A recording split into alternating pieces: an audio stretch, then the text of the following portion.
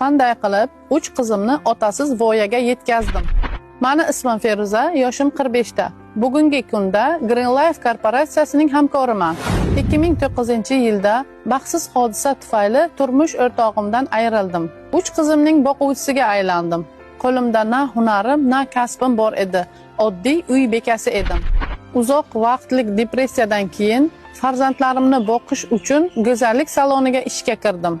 Go'zallik salonida ishlash barobarida juda ko'plab sohalarda o'zimni sinab ko'rdim. Oriflame kompaniyasida ishladim, bozorda savdo qildim va pishiriqlar pishirib sotdim. Bulardan topgan daromadim o'zining xarajatlaridan ortmas edi. Keyin Green Life korporatsiyasiga hamkor bo'lib, o'z-o'zidan daromadlarim ko'paya boshladi. 6 oylik ish faoliyatimda kattagina daromadga ega bo'ldim. Shuningdek, Dubay sayohatini qo'lga kiritdim. Sizlarni ham men bilan birga ishlashga taklif qilaman.